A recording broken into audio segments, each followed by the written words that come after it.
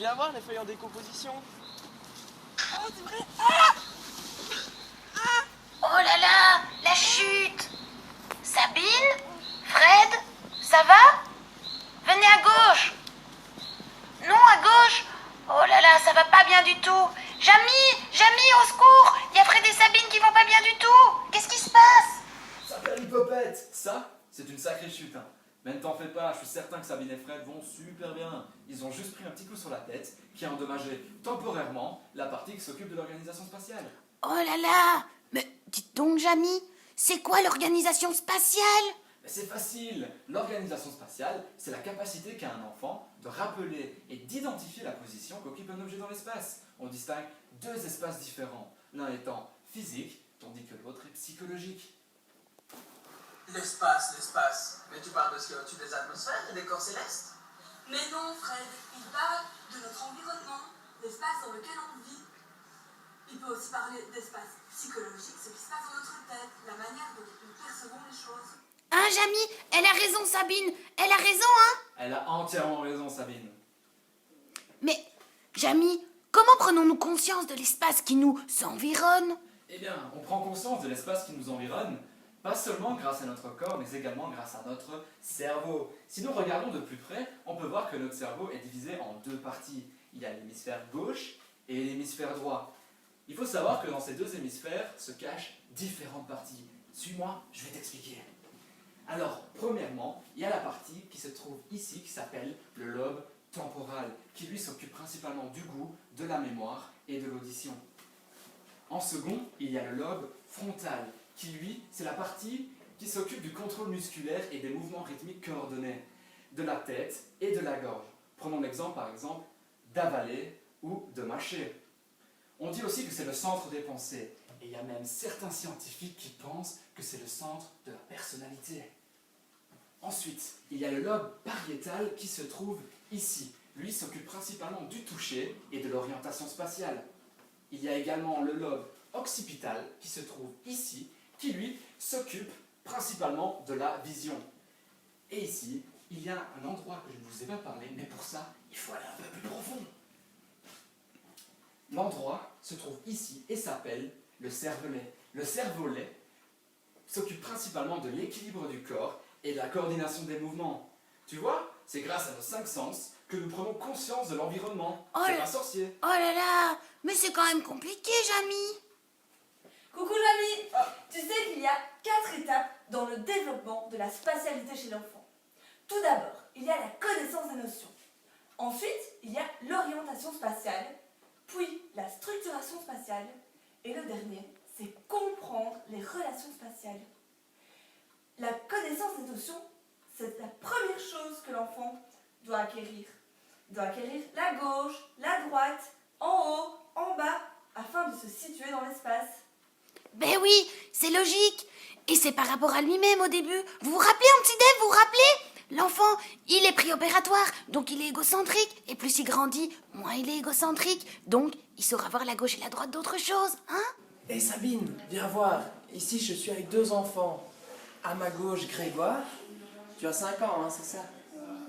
Et à ma droite, Clément, 8 ans. Alors, Grégoire, est-ce que tu pourrais me dire où se trouve ta gauche? Tu lèves la main. D'accord. Et est-ce que tu saurais me dire où se trouve la gauche de Clément? Là. Ah, c'est très bien. Et toi, Clément, où se trouve ta droite? Et la droite de Grégoire? Là. D'accord. Nous allons faire une petite expérience avec nos 2 amis. Alors les petits gars, je vais vous demander de faire un plan de la maison ici. Vous mettez une croix à l'endroit où vous êtes et vous mettez le chemin jusqu'à la sortie du jardin. Ça va?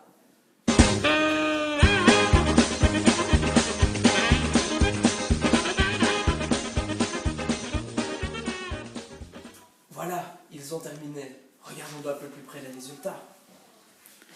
Alors Grégoire, tu saurais me dire où tu es? Là. Là où il y a la croix. Et qu'est-ce qu'il y a de dessiné autour? Là, c'est le fauteuil. C'est le fauteuil, le pouf. Là, le fauteuil, le pouf. Et la table. Et la petite table où on dessine. D'accord. D'accord. Et tu saurais m'expliquer le chemin que tu fais jusqu'au jardin? Là, Oui, et il y a quoi jusque-là? la porte. Il y a juste la porte. D'accord.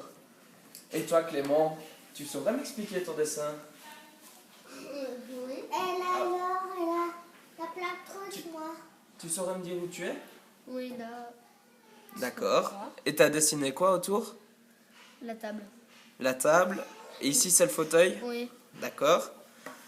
Et tu saurais me montrer le chemin jusqu'à la porte du jardin? Ben, on passe comme ça, et voilà, la porte du jardin, elle est là. Donc toi, ici, t'as dessiné une table, je crois? Oui. Et donc toi, tu passes à côté de la table. D'accord. Oui. Oh là là, mais quel champion ce petit Grégoire! Tu as raison Sabine, c'est vraiment un petit champion.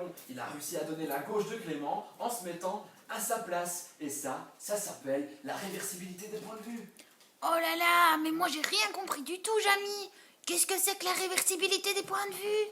Mais c'est simple. Prenons cette petite poupée que nous mettons ici. Pour vous, où est-ce que les objets se situent? Je sais, Jamy, je sais. Le bleu se situe à droite de l'écran et le rose à gauche, c'est juste? Tu as raison, mais essaie de te mettre à la place de la petite fille.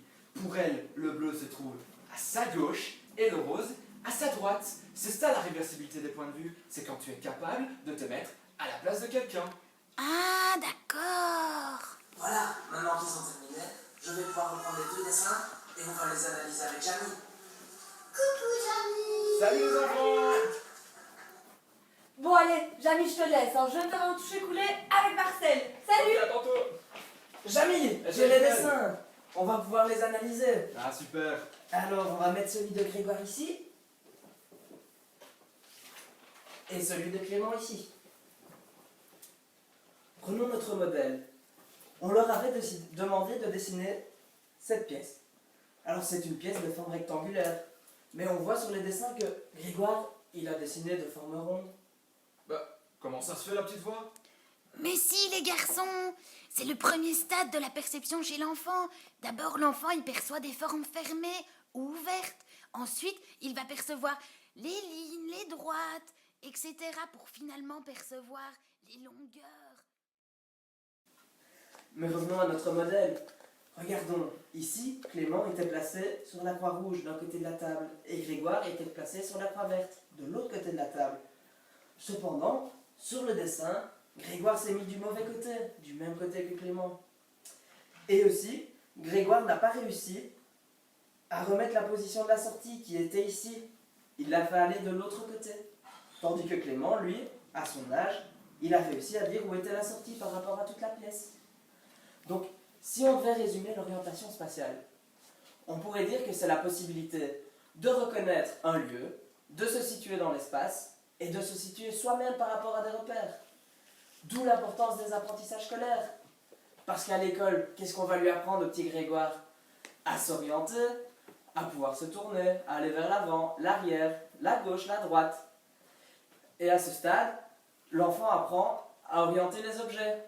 Il doit percevoir ce qui est orienté vers le même sens et il doit aussi acquérir le sens graphique. Effectivement. Et les gars, vous n'avez pas oublié la structuration spatiale? Oh si, je vais aller en parler avec Marcel. On continue toucher couler. La structuration spatiale, c'est l'habilité qui permet à l'enfant de partager ou d'organiser l'espace. Elle est associée à l'abstraction et au raisonnement en utilisant sa mémoire. Prenons ces carrés. Combien en vois-tu, Jamy? 1, 2, 3, 4, 5, 6, 7, 8, 9. Tout à fait. Maintenant, si je te demande d'enlever 4 allumettes pour former 5 carrés, lesquels enlèverais-tu? Ben c'est simple, un vrai jeu d'enfant. Alors, j'enlèverai ici, ici, ici et ici. Tout à fait. C'est grâce à ta mémoire et ton abstraction que tu as réussi à visualiser directement les 5 carrés. Pour comprendre les relations spatiales, l'enfant va devoir percevoir la relation qui existe entre divers éléments. L'enfant doit se fixer des limites. Par exemple, il peut courir à certains moments dans l'école gymnase. Il doit écrire sur telle ligne dans son cahier. Bref, il doit adapter son comportement, son geste ou sa force en fonction d'un espace donné. Eh ben avec tout ça, on se remet un jeu de piste, hein? Allez! Allez Marcel, fais chauffer le moteur!